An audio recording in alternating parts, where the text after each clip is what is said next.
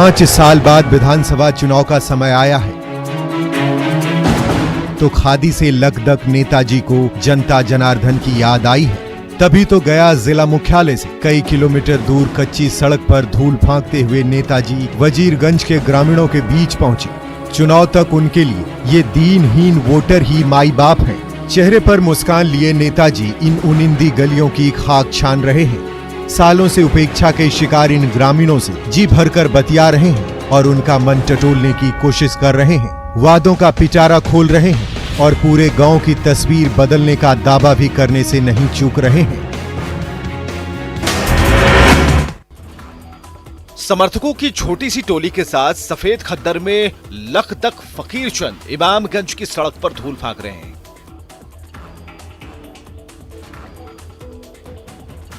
चुनावी मौसम में जनता को माई बाप बता रहे हैं और उनसे वोट देने की मन्नतें कर रहे हैं। फकीर चंद गया जिला परिषद के सदस्य रह चुके हैं। गाड़ी है, ऐशो आराम की तमाम सुविधाएं हैं, लेकिन पांव में कभी चप्पल नहीं पहनते और इस बार भी इमामगंज से जीतकर खाली पैर ही बिहार विधानसभा जाने का सपना देख रहे हैं। प्रतिज्ञा यही है कि जिंदगी में हमको चप्पल जूता धारण नहीं करना है। विधायक बन जाएंगे तो? विधायक भी बनेंगे तो इसी तरह से जाएंगे। आप लोग का आशीर्वाद रहा, जनता का मतलब जो है कृपा रहा, तो मतलब जो है से हम खाली पर ही जाएंगे। हैट्रिक की ओर कटिहार।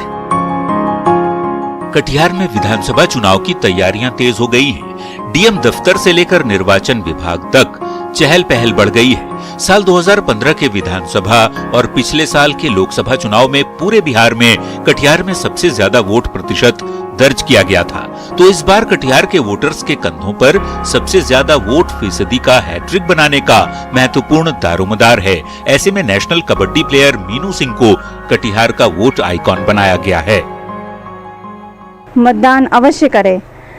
पिछले 2 बार से हमारा कटिहार मतदान के मामले में अव्वल रहा है और आप सभी कटिहार जिला वासियों से अनुरोध करती हूँ कि इस बार भी अपना महत्वपूर्ण वोट देकर अपने कटिहार को अव्वल बनाएं।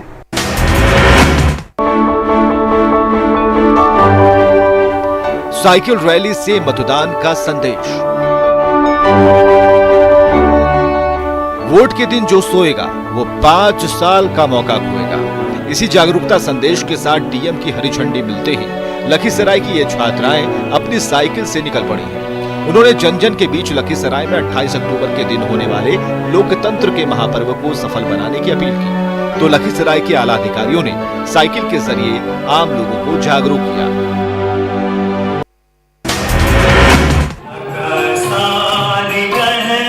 वोटर को जगाएंगे कलाकार।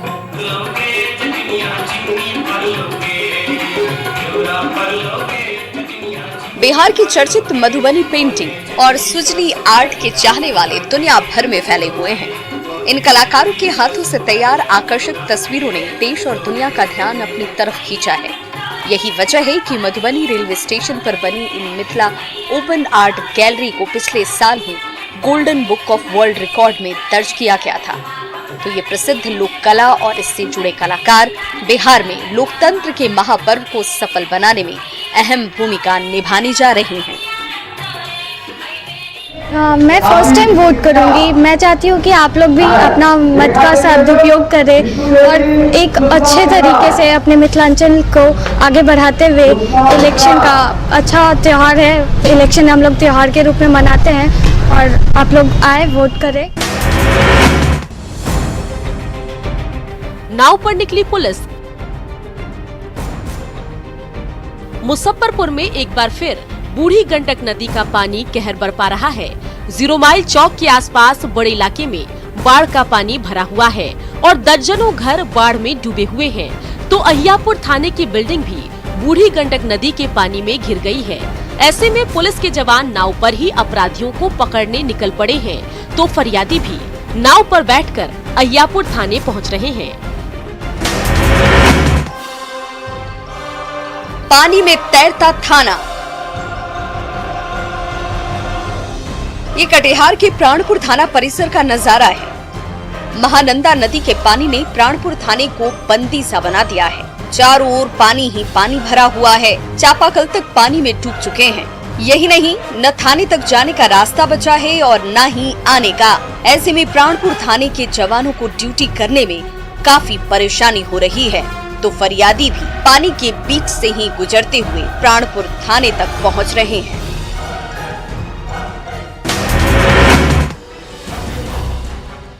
बांका के चंद्रपुरा गांव की तमाम गलियां इन दिनों कीचड़ में कुछ इस कदर सनी हुई हैं कि इस पर गाड़ी क्या चलेगी, पैदल चलना भी दूभर है।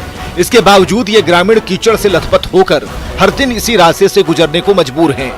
बारिश के मौसम में चंद्रपुरा गांव की गलियों का हर साल ऐसा ही हाल हो जाता है। ये ग्रामीण पक्की सड़क के लिए कई बार हुक्मरानों से गुहार लगा चुके हैं, लेकिन उनकी कोई फरियाद नहीं सुन रहा।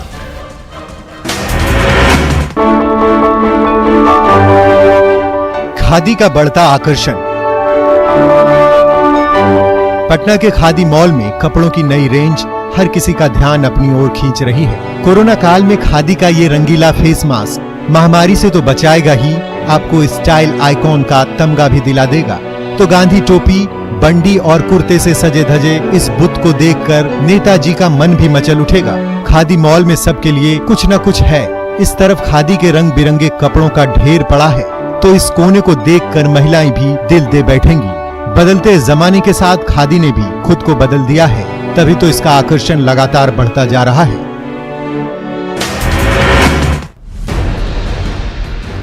रेल कारखाने पर ग्रहण। छपरा में रेल लोकोमोटिव फैक्ट्री का चमचमाता गेट किसी का भी ध्यान अपनी ओर खींच लेगा, लेकिन फैक्ट्री के अंदर कंस्ट्रक्शन का सारा काम ठप पड़ा हुआ है। एसपीसीएल कंपनी ने 1.5 साल से लोकल वेंडर्स का बकाया नहीं चुकाया है, तो जीई कंपनी भी चुप्पी साधे बैठी है। ऐसे में फैक्ट्री के अंदर सारा सामान बिखरा पड़ा है और नाराज वेंडर्स ने कंस्ट्रक्शन के सारे काम बंद कर दिए हैं, जबकि रेल फैक्ट्री के सपने पर ग्रहण लगता नजर आ रहा है।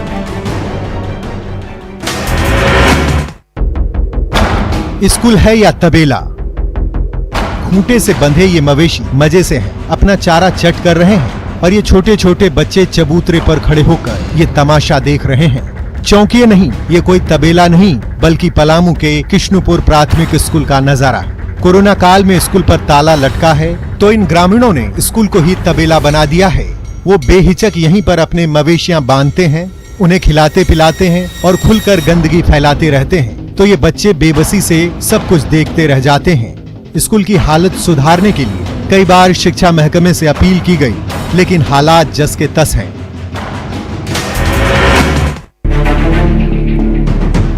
लातेहार की सड़क पर खड़ी ये चमचमाती बस हजारों किलोमीटर दूर केरल के कोल्लम शहर से यहाँ तक आई है। इस पर सवार ये मजदूर अपनी मिट्टी से दूर परदेश के सफर पर निकलने वाले हैं, जहाँ उन्हें अनानास के बागान में नौकरी मिली है। यहाँ मजदूर कोरोना काल में 6 महीने पहले अपने गांव लौटे थे, लेकिन बेकारी और भूखमरी ने उन्हें एक बार फिर केरल की बस पकड़ने के लिए मजबूर कर दिया है।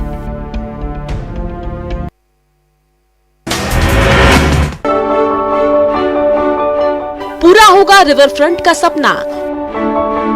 गोपालगंज के डुमरिया घाट पर नारायणी रिवर फ्रंट का निर्माण पूरा होते ही पर्यटकों का तांता लग जाएगा।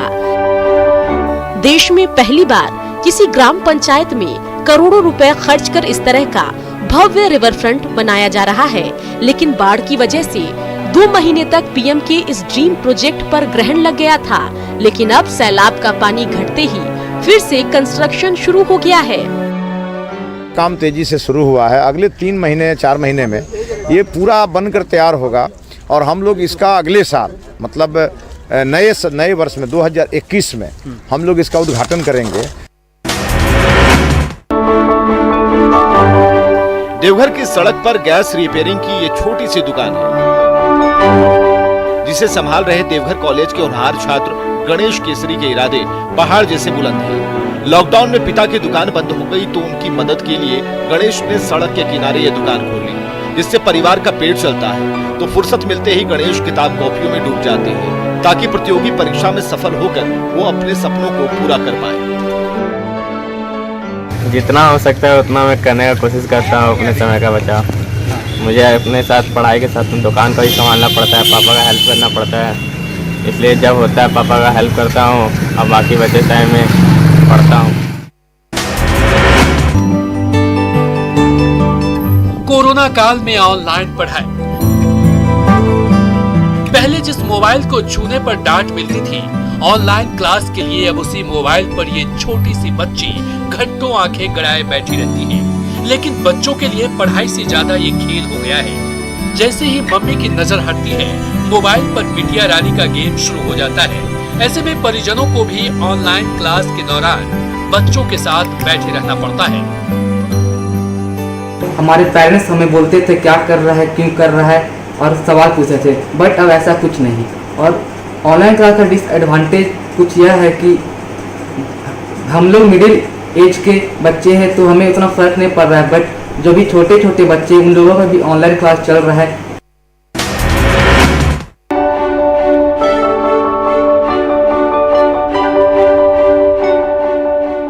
साहिबगंज के फॉसिल पार्क में सहेजे गए थे करोड़ों साल पुराने जीवाश्म ब्रह्मांड की उत्पत्ति से लेकर डायनासोर के गायब होने की गुत्थी सुलझाने में मददगार साबित होंगे।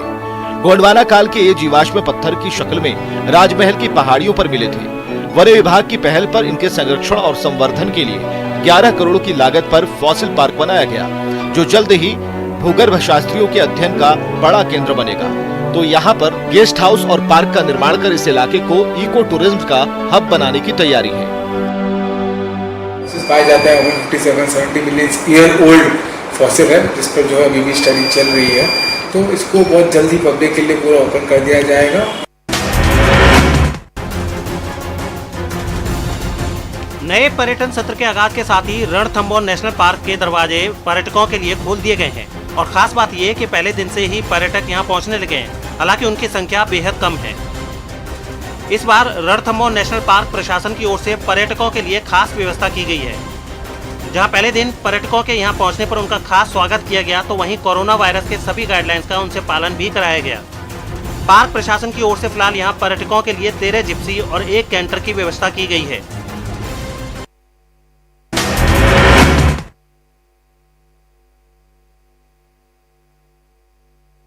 रंग बिरंगी तितलियां कुदरत का नायाब तोहफा है, जिसे देख हर किसी का मन पुलकित हो जाता है। इन तितलियों को गिनने, समझने और संरक्षण के लिए देश भर में बिग बटरफ्लाई मंथ मनाया जा रहा है। इसी के तहत डूंगरपुर के सागवाड़ा कस्बे के पेशे से टीचर तितली विशेषज्ञ मुकेश पवार ने नई तितली की खोज में अहम भूमिका निभाई है। मुकेश ने नई प्रजाति की तितली की तस्वीर बटरफ्लाई रिसर्च इंस्टीट्यूट को भेजी, जहां 6 साल तक नई तितली पर रिसर्च के बाद ऐलान किया है कि ये देश की 1328वीं तितली है।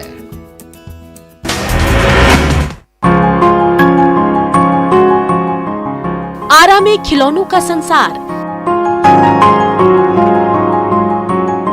ये रंग बिरंगे खिलौने किसी का भी मन मोह सकते हैं। हाथ में बैग लिए गुड़िया रानी इतरा रही है तो ये मुलायम टेडी बियर मानो बच्चों को बुला रहा है। इस कमरे में एक से बढ़कर एक खिलौने का संसार समाया हुआ है। इस तरफ दिलकश नजारा है। आरा के जगदीशपुर की संस्था जन विकास क्रांति की पहल पर इन महिलाओं ने इन आकर्षक खिलौनों को अपने हाथों से तैयार किया है। आरा के गली मोहल्ले से होते हुए इन खिलौनों की डिमांड आज बड़े बड़े शहरों तक से हो रही है।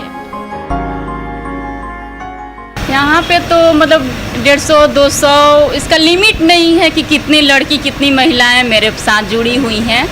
जो कोई आती हैं, फिर शादी होता है चली जाती हैं, शादीशुदा भी लेडीज लोग आती हैं। ताज़ा उदाहरण आप देख सकते हैं, आत्मनिर्भर बनी है। पढ़ाई लिखाई जिसका बंद होने का नौबत था, वह यहाँ से प्रशिक्षण सिलाई का ले या हैंडीक्राफ्ट का ले, और उसके बाद उन्होंने इनकम का अपना सोर्स बढ़ाया और अपने माता पिता, अपने परिवार के भाई को भी हेल्प कर रही हैं।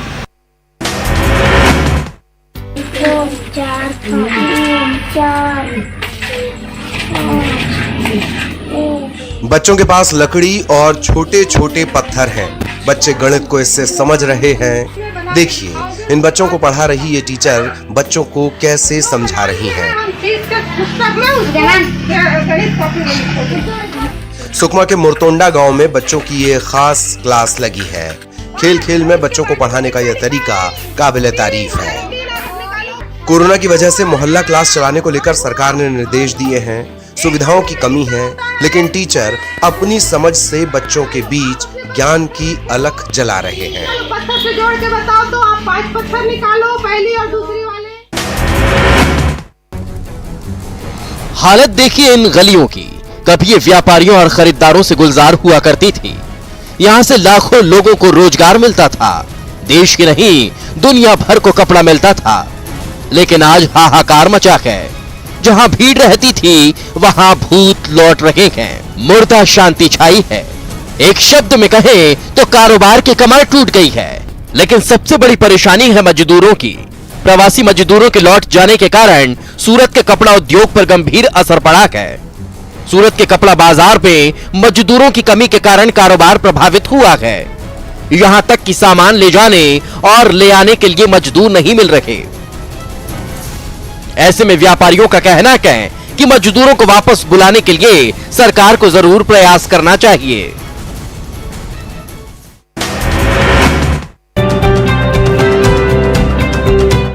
कहते हैं कि जब दिल में जज्बा हो और कुछ कर गुजरने की चाहत हो तो कामयाबी आपके कदम चूमती है। वाराणसी के नारायणपुर गांव के कुछ युवाओं ने अपनी किस्मत अपने हाथ लिखी है। अब गांव के ये युवा समाज के लिए एक नजीर बन गए हैं। पढ़े लिखे इन युवाओं ने नौकरी छोड़ गांव में मोती उत्पादन और मधुमक्खी पालन का काम शुरू किया है। तीनों ने पहले खेती की बारीकियां सीखी और घर में कृत्रिम तालाब बनाकर मोती बनाने का कारोबार शुरू किया। 50,000 से शुरू हुआ इनका व्यवसाय आज 3 लाख तक पहुंच गया है, जो लगातार बढ़ता जा रहा है।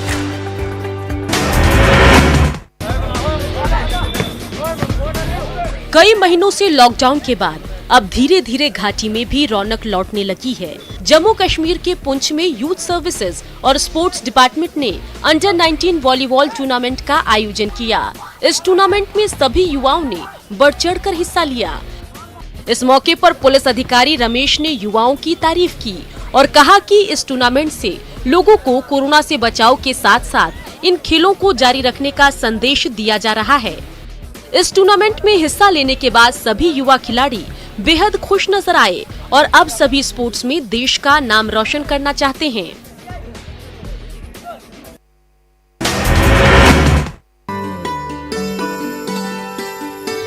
कैनवास पर खूबसूरत पेंटिंग को साकार करती ये है अनंतनाग की तबिश। अनंतनाग की तबिश ऐसे तो MBBS की स्टूडेंट है, लेकिन ये पहचाने जाती है अपनी खूबसूरत पेंटिंग्स के लिए। खास बात यह है कि तबिश ने पेंटिंग्स बनाने के लिए किसी से ट्रेनिंग नहीं ली है और बचपन के शौक ने आज इन्हें कलाकार बना दिया। शुरुआत में तबिश ने अपनी पेंटिंग्स को सोशल मीडिया पर अपलोड करना शुरू किया और सोशल मीडिया पर मिली अच्छी प्रतिक्रिया से तबिश का शौक जुनून में बदल गया। अपने शौक पूरा कर खुद पर फक्र करने वाली तबिश अब जम्मू कश्मीर के युवाओं के लिए नजीर बन गई है।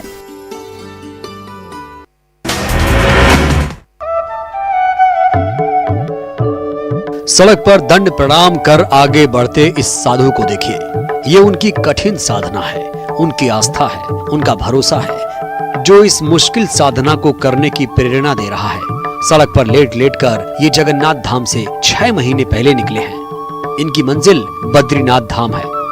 सूरजपुर जिले के अंबिकापुर बनारस मार्ग पर पहुंचे साधु रामदास ने अपनी कठिन साधना की वजह भी बताई, वो सुनिए।